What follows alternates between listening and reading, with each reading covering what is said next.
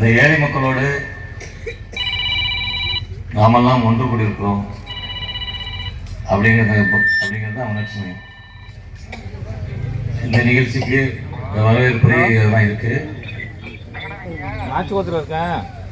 இந்த நிகழ்ச்சிக்கு வந்திருக்கக்கூடிய நமது முத்துப்பேட்டை காவல் ஆய்வாளர் மரியாதைக்குரிய கல்னியப்பன் சார் அவர்கள்,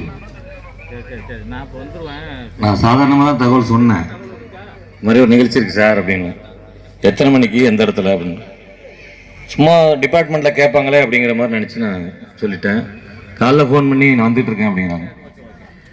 ரொம்ப மகிழ்ச்சியாக இருந்தது. அது காரணம் சொன்னாங்க, இது போன்ற நிகழ்ச்சியில் நான் பங்கேற்கிறது எனக்கு மக்கள் நினைச்சு பார்த்து கோடி கோடியா பணம் வச்சிருக்கவங்க எவ்வளோ பேர் இருக்காங்க. நீங்க நினைச்சு பார்த்து கொடுக்குறீங்களா, அதில் பங்கெடுத்துக்கிறதுல சந்தோஷம். அதுபோல நமது இந்திய தேசிய காங்கிரஸ் கட்சி மருத்துவ அணியின் மாநில துணைத் தலைவர் மரியாதை டாக்டர் அசோக்குமார் அவர்கள் வந்திருக்கார். வாங்க சார். அதுபோல தின உரிமை பத்திரிகை ஆசிரியர் கவிஞர் ஜி பசீர் அவர்கள் வந்திருக்கிறார்கள். அவர்களெல்லாம் வரவேற்கும் முகமாக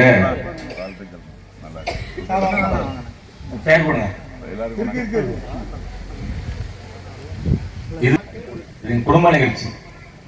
எங்க குடும்பம்னா நான், என் பையன், என் பொண்ணு, என் மனைவி வந்து அரசு ஊழியராக இருக்கிறதால இன்னைக்கு லீவு கிடைக்கல, சென்னையில் இருக்காங்க. 4 பேரும் திட்டமிட்டு நம்ம நண்பர்களோட உதவியோட தொடங்கியிருக்கோம்.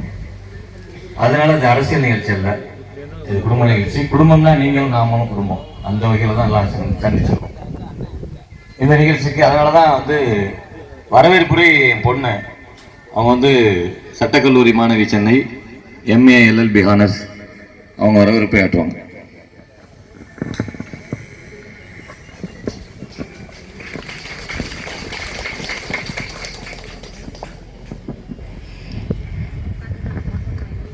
ஜாதி மத பாகுபாடு அற்ற இந்த உணர்ச்சிமயமான மக்கள் சங்கமம் விழாவிற்கு வருகை தந்திருக்கக்கூடிய சகோதர சகோதரிகளே, இந்த அருமையான நிகழ்ச்சியை ஏற்பாடு செய்து தலைமை ஏற்றிருக்கக்கூடிய எனது தந்தை மற்றும் முன்னிலை வைத்திருக்கக்கூடிய அனைத்து பெரியோர்களே, உங்கள் அனைவரையும் வருக வருக என வரவேற்கிறேன். நாம் இப்போது இங்கே சந்தித்திருக்கும் நிகழ்வு எனது தந்தைக்கும் எனது சகோதரருக்கும் எனக்கும் ஒரு உணர்ச்சிமயமான நிகழ்வுதான். ஏனென்றால் எனது தந்தை எப்பொழுதுமே சாதி மதம், உயர்ந்தவர்கள் தாழ்ந்தவர்கள், பொருளாதாரம் உள்ளவர்கள் இல்லாதவர்கள் என்று பாகுபாடு எல்லாம் பார்க்க மாட்டார்.